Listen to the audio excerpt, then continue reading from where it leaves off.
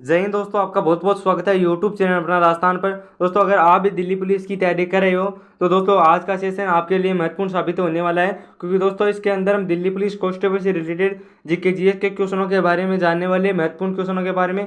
तो सेशन के एंड तक जरूर बने रहे।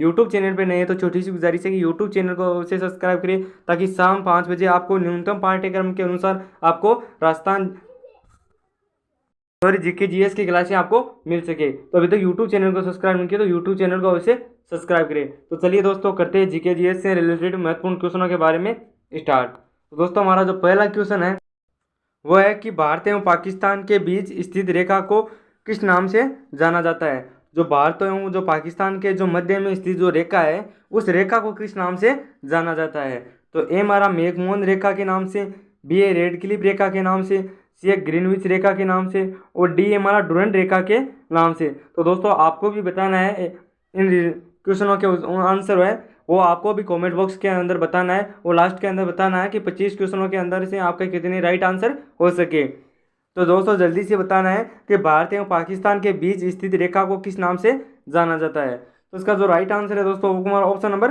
बी, जो भारत एवं पाकिस्तान के बीच स्थित जो रेखा है उसको रेड क्लिफ रेखा के नाम से जाना जाता है। राइट आंसर है दोस्तों option number B. Next question है दोस्तों दूसरा दूसरा दूसरा क्वेश्चन है कि कर्क रेखा भारत के कितने राज्यों से होकर गुजरती है। जो कर्क रेखा है वो भारत के कितने राज्यों से होकर गुजरती है। तो ए हमारा 4 राज्यों से, बी है 9 राज्यों से, सी है 6 राज्यों से, और डी हमारा 8 राज्यों से। तो इसका राइट आंसर है दोस्तों हमारा ऑप्शन नंबर डी। जो कर्क रेखा है वो भारत के 8 राज्यों से होकर गुजरती है। जो भारत के जो 8 राज्य है वो निम्न है, देखो। तो दोस्तों ये क्रमशः 8 राज्य है। पहला है राजस्थान, दूसरा है गुजरात, तीसरा है मध्य प्रदेश, चौथा है छत्तीसगढ़, और पांचवा है झारखंड, छठवा है पश्चिम बंगाल, सातवां त्रिपुरा, और आठवां है मिजोरम। जो 8 राज्य क्रमशः है इनसे होकर कर्क रेखा भारत के अंदर से गुजरती है। तो इसका राइट आंसर है option number D. Next question रहने वाला दोस्तों तीसरा क्वेश्चन रहने वाला दोस्तों हमारा कि दक्कन का पठार किस राज्य में स्थित है। जो दक्कन का पठार है वो किस राज्य में स्थित है। तो ए हमारा महाराष्ट्र में, बी है मध्य प्रदेश में, सी है गुजरात में, और डी है तमिलनाडु में। तो दोस्तों इसका जो राइट आंसर है दोस्तों वो हमारा ऑप्शन नंबर ए, जो दक्कन का पठार है वो महाराष्ट्र के अंदर स्थित है। तो राइट आंसर है दोस्तों option number A. Next question नहीं है दोस्तों चौथा क्वेश्चन है कि गंगा नदी बांग्लादेश में किस नाम से जानी जाती है। जो गंगा नदी है वो बांग्लादेश के अंदर किस नाम से जानी जाती है। तो ए हमारा जमुना के नाम से, बी है सरस्वती के नाम से, सी है पद्मा के नाम से, और डी है यमुना के नाम से। तो इसका राइट आंसर है दोस्तों हमारा ऑप्शन नंबर सी। जो गंगा नदी है वो बांग्लादेश के अंदर पद्मा के नाम से जानी जाती है। तो राइट आंसर है दोस्तों हमारा option number C. Next question रहने है दोस्तों पांचवा क्वेश्चन है कि भारत की सबसे बड़ी तटीय झील कौन सी है। दोस्तों जो भारत की जो सबसे बड़ी जो तटीय झील है वो कौन सी है। तो ए हमारा बुल्लर झील, बी है चिल्का झील, सी है दल झील, और डी हमारी नैनीताल झील। तो इसका राइट आंसर है दोस्तों हमारा ऑप्शन नंबर बी। जो भारत की जो सबसे बड़ी तटीय झील है वो चिल्का झील है। तो राइट आंसर है दोस्तों ऑप्शन नंबर बी। दोस्तों झीलों से रिलेटेड क्वेश्चन भी आपके दिल्ली पुलिस एग्जाम के अंदर पूछे जाएंगे। नेक्स्ट क्वेश्चन है नहीं दोस्तों छठवां क्वेश्चन है कि भारत के कुल क्षेत्रफल का लगभग कितना प्रतिशत भाग कृषि क्षेत्र के अंतर्गत आता है। जो भारत का जो कुल क्षेत्रफल है उसका कितना प्रतिशत भाग है जो कृषि क्षेत्र के अंतर्गत आता है। तो ए हमारा 4%, बी हमारा 21%, सी 24%, और डी हमारा 51%। तो इसका राइट आंसर है दोस्तों हमारा ऑप्शन नंबर डी। जो भारत का जो कुल क्षेत्रफल है उसके अंदर जो कृषि का क्षेत्रफल है वो 51% है। बाकी जो 3 महत्वपूर्ण प्रतिशत दे रखे हैं ये भी महत्वपूर्ण है दोस्तों। जो 4% है जो भारत का कुल क्षेत्रफल है उसके अंदर आपको पूछा जाए कि चारागाह का क्षेत्रफल कितना है तो वो है हमारा 4% चारागाह का। और दोस्तों पूछा जाए कि वन का क्षेत्रफल कितना है तो वन का है 21%। और दोस्तों पूछा जाए कि व्यर्थ भूमि या बंजर भूमि का क्षेत्रफल कितना है भारत के कुल क्षेत्रफल के अंदर से तो वो है हमारा 24%। तो चारागाह का है 4%, वन का है 21%, और बंजर भूमि का है 24%। और कृषि क्षेत्र का पूछा जाए तो वो भारत के कुल क्षेत्रफल के अंदर से जो विश्व के कुल क्षेत्रफल से भारत का जो कुल क्षेत्रफल है वो 51% है। तो राइट आंसर है दोस्तों option number D. Next question है दोस्तों सातवां क्वेश्चन है कि भारत का केंद्रीय कपास अनुसंधान केंद्र कहाँ पर स्थित है। तो ए हमारा नागपुर में, बी है कटक में, सी है कोयम्बटूर में और डी है लखनऊ में। तो इसका राइट आंसर है दोस्तों हमारा ऑप्शन नंबर ए। जो भारत का जो केंद्रीय कपास अनुसंधान केंद्र है वो नागपुर के अंदर स्थित है। तो राइट आंसर है दोस्तों होगा हमारा ऑप्शन नंबर ए। और दोस्तों आपको पूछा जाए कि भारत का केंद्रीय चावल अनुसंधान केंद्र कहाँ पर स्थित है, तो वो है हमारा कटक के अंदर। और दोस्तों आपको पूछा जाए भारत का गन्ना केंद्रीय प्रजनन केंद्र कहाँ पर स्थित है, तो वो है हमारा कोयम्बटूर के अंदर। और दोस्तों आपको पूछा जाए कि भारत का गन्ना अनुसंधान केंद्र कहाँ पर स्थित है, तो वो हमारा लखनऊ के अंदर। तो इसका जो राइट आंसर होगा दोस्तों भारत का जो केंद्रीय कपास अनुसंधान केंद्र है वो नागपुर के अंदर स्थित है। नेक्स्ट क्वेश्चन है दोस्तों आठवां क्वेश्चन है कि वर्तमान समय में भारत का सबसे लंबा राष्ट्रीय राजमार्ग कौन सा है। जो वर्तमान समय है उसके अंदर भारत का सबसे लंबा राष्ट्रीय राजमार्ग कौन सा है। तो ए हमारा NH7, बी हमारा NH27, सी हमारा NH52 और डी हमारा NH44। तो राइट आंसर है दोस्तों हमारा ऑप्शन नंबर डी। जो भारत का सबसे लंबा राष्ट्रीय राजमार्ग है वो NH44 है। तो राइट आंसर है option number D. Next question है दोस्तों नौवां क्वेश्चन है कि 2011 की जनगणना के अनुसार भारत की कुल जनसंख्या विश्व की कुल जनसंख्या का कितना प्रतिशत है। दोस्तों आपके दिल्ली पुलिस एग्जाम के अंदर जनसंख्या रिलेटेड क्वेश्चन भी आपके एग्जाम के अंदर पूछा जाएगा। तो आपको ए ऑप्शन नंबर ए हमारा 11.5%, बी है 22.18% और सी हमारा 17.5% और डी हमारा 11.66%। तो दोस्तों आपको बताना है कि विश्व की जो कुल जनसंख्या है उसके अंदर भारत की कुल जनसंख्या कितनी है वर्ष 2011 की जनगणना के अनुसार। तो उसका राइट आंसर है दोस्तों हमारा ऑप्शन नंबर सी 17.5%। तो राइट आंसर है option number C. Next question है दोस्तों दसवां क्वेश्चन है कि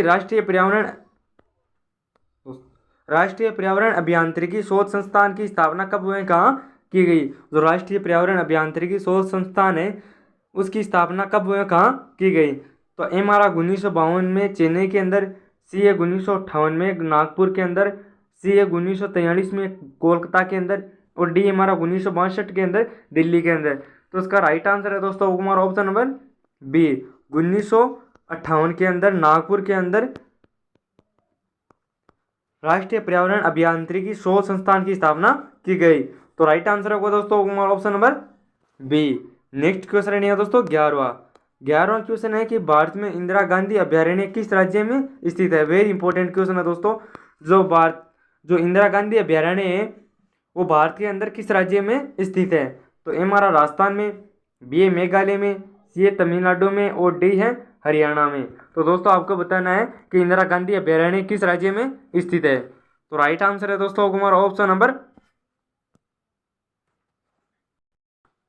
सी। जो इंदिरा गांधी अभ्यारण्य है वो तमिलनाडु के अंदर स्थित है। तो राइट आंसर है दोस्तों हमारा option number C. Next question है यहाँ दोस्तों 12वां क्वेश्चन है कि विश्व पृथ्वी दिवस कब मनाया जाता है। तो दोस्तों विश्व पृथ्वी दिवस है वो कब मनाया जाता है। तो ए हमारा 22 अप्रैल को, बी है 10 अप्रैल को, सी है 22 मई को और डी हमारा 17 जून को। दोस्तों आपको हर सुबह 8 बजे आपको एक सेशन मिलेगा 10 मिनट का सेशन। उसके अंदर दोस्तों जो विश्व के जो प्रमुख जो अभ्यारण्य हैं और राज्य के जो अभ्यारण्य हैं और जो विश्व दिवस है इनसे रिलेटेड दोस्तों आपको कल आपको एक सेशन मिलेगा 8 AM पर। आपको 10 मिनट का सेशन है वो संपूर्ण जो अभ्यारण्य और जो प्रमुख दिवस है उनसे रिलेटेड वो सेशन होगा। तो उसके साथ भी आप जुड़ना ना भूलें और चैनल पे नहीं है तो चैनल को अवश्य सब्सक्राइब करें आपको। तो दोस्तों पूछा गया है कि विश्व पृथ्वी दिवस कब मनाया जाता है। तो राइट आंसर है दोस्तों हमारा ऑप्शन नंबर ए 22 अप्रैल को। जो पृथ्वी दिवस है वो 22 अप्रैल को मनाया जाता है। तो राइट आंसर है दोस्तों हमारा option number A. Next question है दोस्तों 13वां क्वेश्चन है कि संविधान सभा की पहली बैठक कब हुई थी। तो ए हमारा 11 दिसंबर 1946 को, बी है 15 अगस्त 1947 को, सी है 1 नवंबर 1956 को और डी है 9 दिसंबर 1946 को। तो दोस्तों जो संविधान सभा की जो पहली बैठक हुई थी वो 9 दिसंबर 1946 को हुई थी। तो राइट आंसर है दोस्तों ऑप्शन नंबर डी। जो 9 दिसंबर 1946 को जो प्रथम बैठक हुई थी संविधान सभा के अंदर, उसके जो अस्थायी अध्यक्ष थे वो डॉक्टर सचिदानंद सिन्हा थे, और 11 दिसंबर 1946 को स्थायी अध्यक्ष है वो डॉक्टर राजेंद्र प्रसाद को बनाया गया।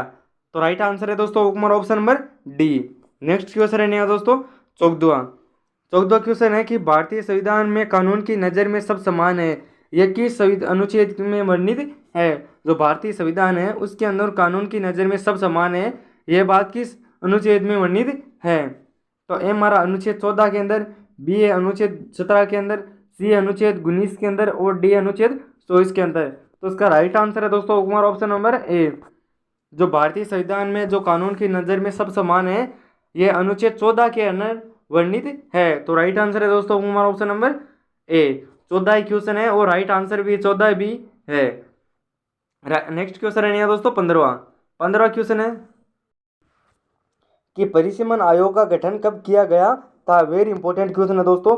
जो परिसीमन आयोग है उसका गठन कब किया गया? तो ये हमारा 23 अगस्त 1996 को, बी ए 22 अप्रैल 2004 को, सी ए 22 जुलाई 2002 को और डी हमारा 22 अगस्त 2001 को। तो राइट आंसर है दोस्तों हमारा ऑप्शन नंबर सी। जो परिसीमन आयोग का गठन है वो 22 जुलाई 2002 को किया गया। तो राइट आंसर है दोस्तों option number C. Next question है दोस्तों 16वां क्वेश्चन है कि पंचायती राज के त्रिस्तरीय ढांचे का प्रावधान भारतीय संविधान के किस अनुच्छेद में किया गया है? दोस्तों आपके अनुच्छेद से रिलेटेड भी आपका जो भारतीय संविधान है उनसे रिलेटेड क्वेश्चन है, आपके अनुच्छेद से आर्टिकल से रिलेटेड क्वेश्चन है, वो आपके एग्जाम के अंदर 1 या 2 क्वेश्चन आपके अवश्य पूछे जाएंगे दोस्तों दिल्ली पुलिस एग्जाम के अंदर। तो दोस्तों बताना है कि जो पंचायती राज के जो त्रिस्तरीय ढांचा है उसका प्रावधान भारतीय संविधान के किस अनुच्छेद में किया गया है? तो ए हमारा अनुच्छेद 52 के अंदर, बी ए अनुच्छेद 66 के अंदर, सी अनुच्छेद 55 के अंदर और डी अनुच्छेद 73 के अंदर। तो राइट आंसर है दोस्तों हमारा ऑप्शन नंबर डी। जो आर्टिकल 73 है उसके अंदर पंचायती राज के त्रिस्तरीय ढांचे के प्रावधान से रिलेटेड वर्णन किया गया है। तो राइट आंसर है दोस्तों option number D. Next question है दोस्तों 17वां क्वेश्चन है कि भारतीय राष्ट्रीय अंतरिक्ष अनुसंधान समिति का गठन कब किया गया? तो ए हमारा 1966 में, बी 1978 में, सी 1962 में और डी 1991 में। तो इसका जो राइट आंसर है दोस्तों वो हमारा ऑप्शन नंबर सी। जो भारतीय राष्ट्रीय अंतरिक्ष अनुसंधान समिति है उसका गठन है वो 1962 के अंदर किया गया, डॉक्टर विक्रम साराभाई की अध्यक्षता के अंदर। तो इसका राइट आंसर है option number C. Next question है दोस्तों 18वां क्वेश्चन है कि अंतर्राष्ट्रीय ओलंपिक समिति की पहली भारतीय महिला अध्यक्ष के रूप में किसे चुना गया है? दोस्तों आपके खेलों से रिलेटेड क्वेश्चन भी है, वो भी आपके दिल्ली पुलिस एग्जाम के अंदर पूछा जाएगा। तो दोस्तों पूछा गया है कि अंतर्राष्ट्रीय ओलंपिक समिति की पहली भारतीय महिला अध्यक्ष के रूप में किसे चुना गया? तो ए हमारा श्रीमती सुनीता जाजडा को, बी ए श्रीमती नीता अंबानी को, सी ए श्रीमती अनीता गहलोत को और डी ए श्रीमती विमला बेनीवाल को। तो राइट आंसर है दोस्तों ऑप्शन नंबर बी। जो अंतर्राष्ट्रीय ओलंपिक जो समिति है उसकी जो पहली महिला अध्यक्ष के रूप में चुनी गई वो श्रीमती नीता अंबानी है। तो राइट आंसर है option number B. Next question है दोस्तों 19वां क्वेश्चन है कि भारतीय कृषि अनुसंधान संस्थान कहाँ पर स्थित है? तो ए हमारा कोलकाता में, बी ए चेन्नई में, सी ए गुजरात में और डी है नई दिल्ली में। तो दोस्तों आपको बताना है कि भारतीय कृषि अनुसंधान संस्थान है वो कहाँ पर स्थित है। तो राइट आंसर है ऑप्शन नंबर डी। जो भारतीय कृषि अनुसंधान जो संस्थान है वो नई दिल्ली के अंदर स्थित है। तो राइट आंसर है option number D. Next question है दोस्तों आपका 20वां क्वेश्चन है कि भारत के किस राज्य में गन्ना पक्षी विहार अभ्यारण्य स्थित है? जो अभ्यारण्य है, जो गन्ना पक्षी विहार अभ्यारण्य है वो भारत के अंदर किस राज्य के अंदर स्थित है? तो ए हमारा राजस्थान के अंदर, बी ए मेघालय के अंदर, सी गुजरात के अंदर और डी है महाराष्ट्र के अंदर। तो राइट आंसर है दोस्तों हमारा ऑप्शन नंबर ए। जो गन्ना पक्षी विहार अभ्यारण्य है वो राजस्थान के अंदर भरतपुर जिले के अंदर स्थित है। तो राइट आंसर है दोस्तों ऑप्शन नंबर ए। अब दोस्तों आपके जो 5 क्वेश्चन है वो आपके जनरल साइंस से रिलेटेड क्वेश्चन है। तो दोस्तों पहला क्वेश्चन है कि किलोवाट घंटा किसकी इकाई है? जो किलोवाट घंटा है वो किसकी इकाई है? तो ए हमारा शक्ति की, बी विद्युत आवेश की, सी है ऊर्जा की और डी है विद्युत धारा की। तो राइट आंसर है दोस्तों हमारा ऑप्शन नंबर सी। जो किलोवाट ऊर्जा किलोवाट घंटा है वो ऊर्जा की इकाई है। तो राइट आंसर है दोस्तों वो हमारा option number C. Next question है दोस्तों 22वां क्वेश्चन है कि गुरुत्वीय त्वरण का मान सबसे अधिक होता है। तो ए हमारा ध्रुवों पर, बी है पृथ्वी के केंद्र पर, सी है विषुवत रेखा पर और डी है एवरेस्ट की चोटी पर। तो दोस्तों आपको बताना है कि गुरुत्वीय त्वरण का मान सबसे अधिक कहाँ होता है। तो राइट आंसर है दोस्तों ऑप्शन नंबर ए। जो गुरुत्वीय त्वरण का मान सबसे अधिक होता है वो ध्रुवों पर होता है। तो राइट आंसर है दोस्तों option number A. Next question है दोस्तों 23वां क्वेश्चन है कि ऊष्मा का प्राकृतिक तथा सबसे बड़ा स्रोत है। तो ए हमारा विद्युत, बी है घर्षण, सी है सूर्य और डी है अग्नि। तो राइट आंसर है दोस्तों होगा हमारा ऑप्शन नंबर सी। जो सूर्य है वह ऊष्मा का प्राकृतिक तथा सबसे बड़ा स्रोत है। तो राइट आंसर है दोस्तों option number C. Next question है दोस्तों 24वां क्वेश्चन है कि पदार्थ का ठोस अवस्था से सीधा गैस अवस्था में परिवर्तन होना कहलाता है। जो पदार्थ है उसका ठोस अवस्था से सीधा गैस अवस्था में परिवर्तन होना क्या कहलाता है। तो ए हमारा उद्वापातन, बी है वाष्पन, सी है गलन और डी है विघटन। तो इसका राइट आंसर है दोस्तों हमारा ऑप्शन नंबर ए। जो पदार्थ है उसका ठोस अवस्था से सीधा गैस अवस्था में परिवर्तन होना उद्वापातन कहलाता है। तो राइट आंसर है दोस्तों option number A. Next question है दोस्तों 25वां क्वेश्चन है कि आवृत्ति का एसआई मात्रक क्या होता है। जो आवृत्ति है उसका एसआई मात्रक क्या होता है। तो ए हमारा मीटर, बी है मीटर प्रति सेकंड, सी है शोरमापी और डी है जूल। तो इसका राइट आंसर है दोस्तों हमारा ऑप्शन नंबर डी, बी है सॉरी। जो आवृत्ति का जो एसआई मात्रक है वो मीटर प्रति सेकंड है। तो राइट आंसर है दोस्तों हमारा ऑप्शन नंबर बी। तो दोस्तों आज का सेशन कैसा लगा आप कमेंट बॉक्स में जरूर बताना। यूट्यूब चैनल पे नहीं तो छोटी सी गुजारिश है कि यूट्यूब चैनल को अवश्य सब्सक्राइब करें ताकि 5 PM पर आपको दिल्ली पुलिस कांस्टेबल से रिलेटेड जीके जीएस की क्लासें आपको मिल सके। जय हिंद, जय भारत।